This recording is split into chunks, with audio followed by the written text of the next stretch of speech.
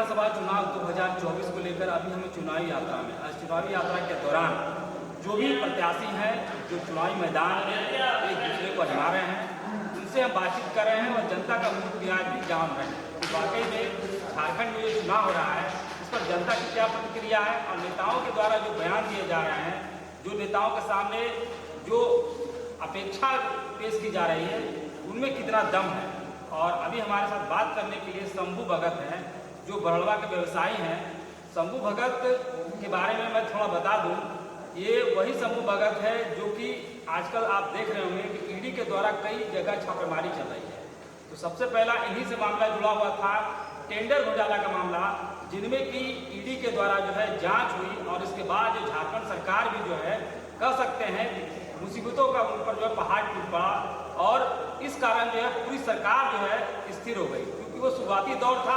उसके बाद से जो ईडी की जांच रफ्तार पकड़ी तो पूरी सरकार जो है उसमें जो है गिरफ्त में आ गई।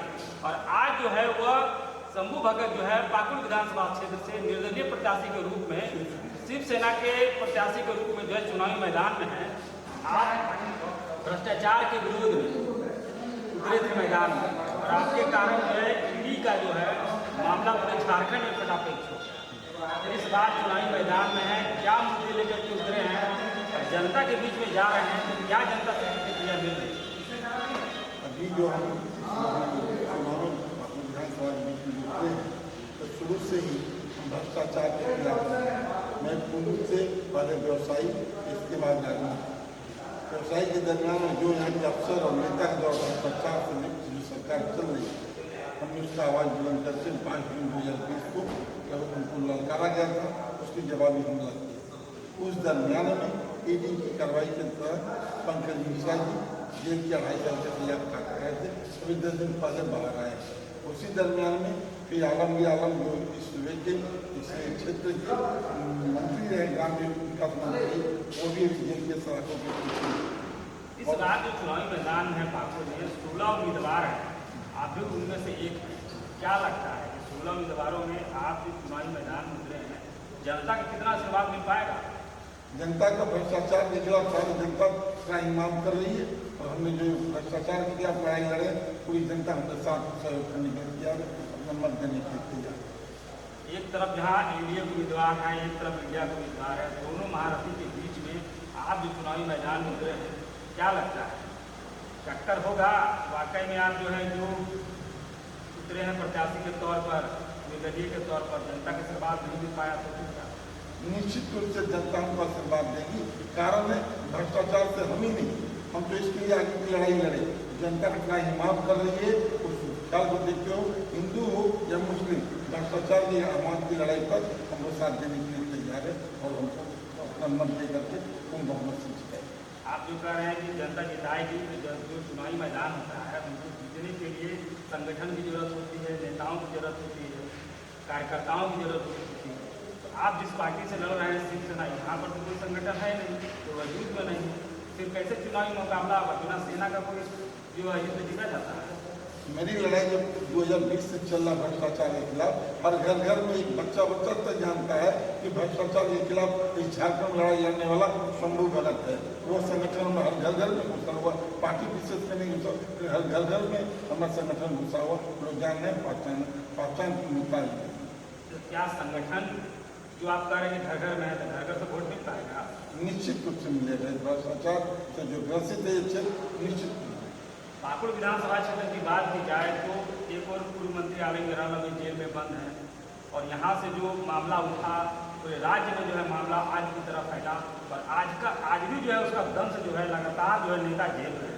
तो क्या मानते हैं कि आपकी जो लड़ाई भ्रष्टाचार के खिलाफ है, कितना आवाज़ जो है जनता तक पहुँचा? इस बार की जो चुनाव हो रही है, इस बार जिस ढंग से कपड़े को आदमी बदलता है 6 महीने में, साल भर में, इस बार के क्षेत्र की जनता उस नेता को बदल कर दम लेगी, जो भी नेता हो। तो पूर्व से जानते भ्रष्टाचार से सारे लोग ग्रसित हैं, उसमें हमको पूरा प्यार मिल रहा, स्नेह मिल रहा, तो इसमें जीत करता है। लेकिन और जो लोग हैं वो नक्शा जनता बदल देगी, एक नया नेता के रूप में यहाँ पर आविष्कार हो जाएगा, तो पुराना कपड़ा बदल देगा। भ्रष्टाचार के खिलाफ जब आंदोलन में थे, आप लगातार लड़ाई लड़ रहे थे, तो कितना मुसीबतों का सामना करना पड़ा? तो बताइए दर्शकों।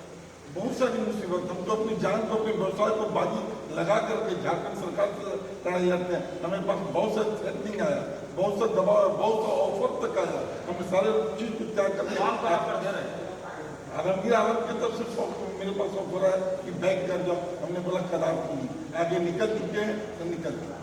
और उससे और जनता के अंदर में साहस बना हुआ है कि और कोई नहीं तो भ्रष्टाचार के खिलाफ, इतनी बड़ी ताकत सरकार के खिलाफ लड़ने की समूह ने इतना हिम्मत जुटाया है, इसलिए इसको सहयोग। क्या क्या मुसीबत झेलना पड़ा?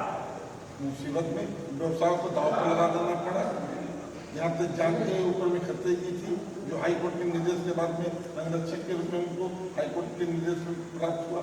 और अभी भी हम क्षेत्र की दौरा करते हैं तो उससे भयभीत तो है ही, लेकिन फिर भी अपने आप को भ्रष्टाचार के खिलाफ आवाज उठाने की सबसे लड़ते रहे। पाकुड़ विधानसभा क्षेत्र की बात की जाए तो ये अल्पसंख्यक जिला माना जाता है। अल्पसंख्यकों की जो आबादी है वो काफ़ी अधिक है अन्य बहुसंख्यक के मामले में। क्या लगता है अल्पसंख्यक का वोट मिलेगा आपको? आप जिस पार्टी से हैं वहाँ से तो अल्पसंख्यक निकल जाते हैं। जी निश्चित मिलेगा। जो घोटाला भ्रष्टाचार हुआ है, यहाँ पर जो मतदाता है उसमें 70% मुस्लिम है और 30% में हिंदू और आदिवासी हुआ है। जो ये जो 55 करोड़ वगैरह का जो आप लोगों की मीडिया के बीच में चला है, ईडी के वगैरह में जो रुपया रिकवरी, वो किसका है? वो 70% मुस्लिम का रुपया है, जो 30% अदर जाति का। जो मुस्लिम क्यों नहीं उसे क्षुब्ध रहेंगे कि उनका रुपया लूट करके खजाना कहीं भरा हुआ है, इसलिए मुस्लिम का भी हमको वोट मिला। एक मामला जो इन दिनों काफ़ी उभर करके सामने आया है, जो कि भ्रष्टाचार के मामले में आप लड़ाई लड़ रहे हैं, क्या कारण मानते हैं कि जो पाकुड़ विधानसभा क्षेत्र में या अन्य विधानसभा क्षेत्र पूरी झारखंड की बात की जाए तो भ्रष्टाचार के मामले काफ़ी अधिक हो जाते हैं? तो भ्रष्टाचार का जो मूल बिंदु है उस पर क्या कहना है? भ्रष्टाचार का मूल बिंदु यह है कि आज अफसर की जो तानाशाही, घुसखोरी, भ्रष्टाचार बढ़ा हुआ, वो नेता लोग के कारण बढ़ाया हुआ। वो नेता उस से पोस्टिंग जो करता है उसमें उनसे पैसा लेकर पोस्टिंग करता, जो पैसा देकर के अफसर आता है वो अफसर सोचता है कि इसी जनता से दूर करके जो दे करके उसका डबल 3 गुना हम उसको करते जाए। इसलिए भ्रष्टाचार के लिए सबसे बड़ा जिम्मेदारी सरकार है वो पार्टी, इसलिए ऑलरेडी इस बिंदु पर भ्रष्टाचार। तो भ्रष्टाचार के लिए जो आप मैदान में है जिसको रोकथाम के लिए तो रोड मैप बनाए हैं ना, क्या रोड मैप आपके पास भ्रष्टाचार जो है जो नहीं झेलना पड़े जनता को? रोड मैप के तो यही जो चालू है, ईडी की मार पड़ रही। आज ही अब देखे होगी बढ़ावा क्या साहिबगंज जिला में 400 छापा पड़ा हुआ है CBI का, इसी से भ्रष्टाचार के उजागर को किया जा रहा है। इसलिए यही रोड मैप है कि हम अकेला चले हैं, पीछे से काफिला आ रही है। कांग्रेस और एक तरफ एनडीए के जो उम्मीदवार हैं, आईसू जो चुनाव लड़ रही है गठबंधन में, दोनों के बीच में मुकाबला माना जा रहा है। आपका जो मुकाबला है किससे हो? हमारा मुकाबला की जनता तय करेगी मुकाबला किसके बीच में, लेकिन भरपूर भ्रष्टाचार के खिलाफ जो लड़ाई है, हिंदू मुस्लिम सबका मुझको सहयोग मत मिलेगी, प्यार मिलना मिलेगा। तो 23 तारीख को जो गिनती होगी 23 नवंबर को, तो क्या लगता है कितना से बाद मिलेगा? लाखों लाख जो वोट डालेंगे? जो पॉपुलेशन के मुताबिक जो लाखों लाख वोट डालेंगे, इतना निश्चित है विजय के रूप में हमको लोग मतदाता खड़ा कन्फर्म है? कन्फर्म है, 110% कन्फर्म कि हिंदू मुस्लिम सबका हमको भ्रष्टाचार जातिवाद पर मेरी लड़ाई नहीं, मेरा भ्रष्टाचार के खिलाफ है। उससे ग्रसित मुस्लिम भी है, उससे ग्रसित हिंदू भी है, अदर जाति भी।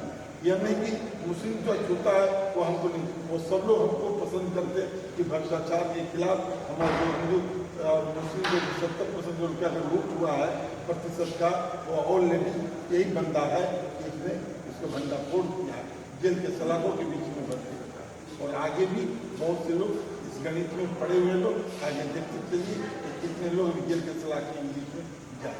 अब कार्रवाई जारी है आपकी? जी, हमारी कार्रवाई रुके नहीं, आगे आगे कार्रवाई चलते जा रहे हैं। अभी तक 2020 से जो भ्रष्टाचार मुहिम तो इसके पहले भी, ये नहीं कि 2020 की, इसके पहले भी एक्साइज सुपरिटेंडेंट को रंगे हाथ घूस लेते हुए हमने जेल भेजा।